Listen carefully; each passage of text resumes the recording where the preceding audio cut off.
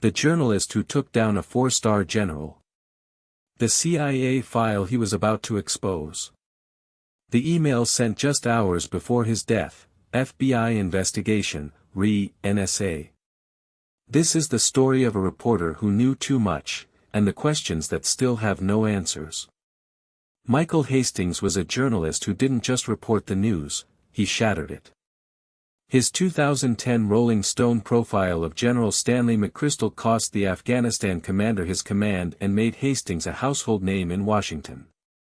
But it was his next target that would prove fatal. In the summer of 2013, Hastings was working on what colleagues described as his most dangerous story yet, an investigation into CIA Director John Brennan. What happened in the early morning hours of June 18, 2013 would spark conspiracy theories, technical debates, and suspicions that refused to die. Michael Hastings didn't start at the top. He cut his teeth covering the Iraq War for Newsweek, where he developed a reputation for fearless reporting and a willingness to challenge authority. But it was his 2010 article, The Runaway General, that changed everything. Hastings spent weeks embedded with McChrystal's staff, capturing candid moments that revealed contempt for civilian leadership. The piece exploded like a grenade in the Obama administration, forcing McChrystal's resignation within 48 hours of publication. Hastings had proven he could take down the most powerful military figures in America. But he wasn't done. In the years that followed, he continued his investigative work, focusing increasingly on intelligence agencies and their expanding surveillance powers. By 2013, he had become exactly what Brennan's CIA feared most, an investigative journalist with sources, skills, and the courage to follow stories wherever they led. In the weeks before his death, Hastings told colleagues he was working on a story about CIA Director John Brennan. This wasn't just another profile, Hastings believed he had uncovered something explosive. He had recently contacted WikiLeaks lawyer Jennifer Robinson, telling her he was being investigated by the FBI. On the night of June 17, 2013, Hastings sent his now famous email to colleagues with the subject line, FBI investigation NSA. He wrote that the FBI was interviewing his friends and associates, and warned that he was onto a big story that required going off the radar. Hours later, at approximately 4:20 a.m. on June 18, Hastings's Mercedes C250 was traveling at high speed when it crashed into a palm tree on North Highland Avenue in Los Angeles. The impact was so severe that the engine was found 50 yards from the vehicle. Surveillance footage from a nearby pizzeria showed the car seemingly accelerating before the crash, with no skid marks or attempt to brake.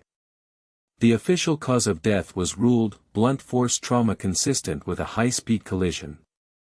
But Hastings's final warning about FBI surveillance and his contact with WikiLeaks lawyer just hours before his death raised immediate suspicions. The technical anomalies surrounding Hastings's crash defied conventional explanation. Mercedes vehicles are engineered with multiple safety systems designed to prevent exactly this type of catastrophic failure. Yet the car exploded into flames on impact, with the engine ejected over 150 feet from the crash site. Former U.S. National Coordinator for Security Richard Clark told the Huffington Post that the crash was consistent with a car cyber attack.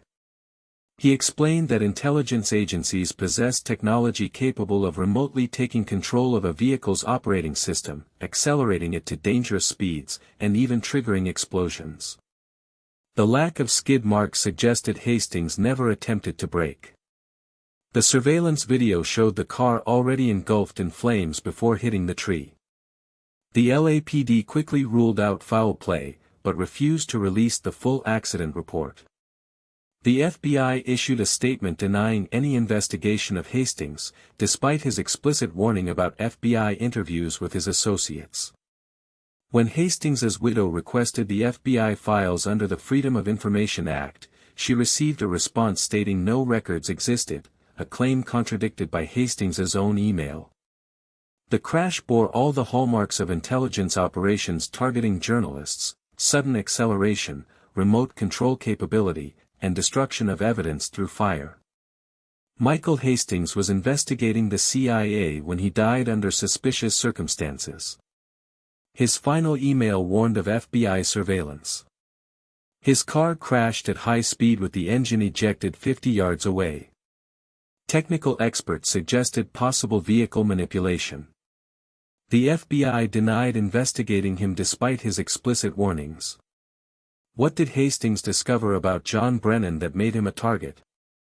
Why did his car behave in ways that defied automotive engineering? The official story claims accident. The evidence suggests something far more sinister. If this video taught you something new about the dangers faced by investigative journalists, leave a comment with your thoughts. Next, watch our investigation into the suspicious deaths of other journalists who crossed intelligence agencies.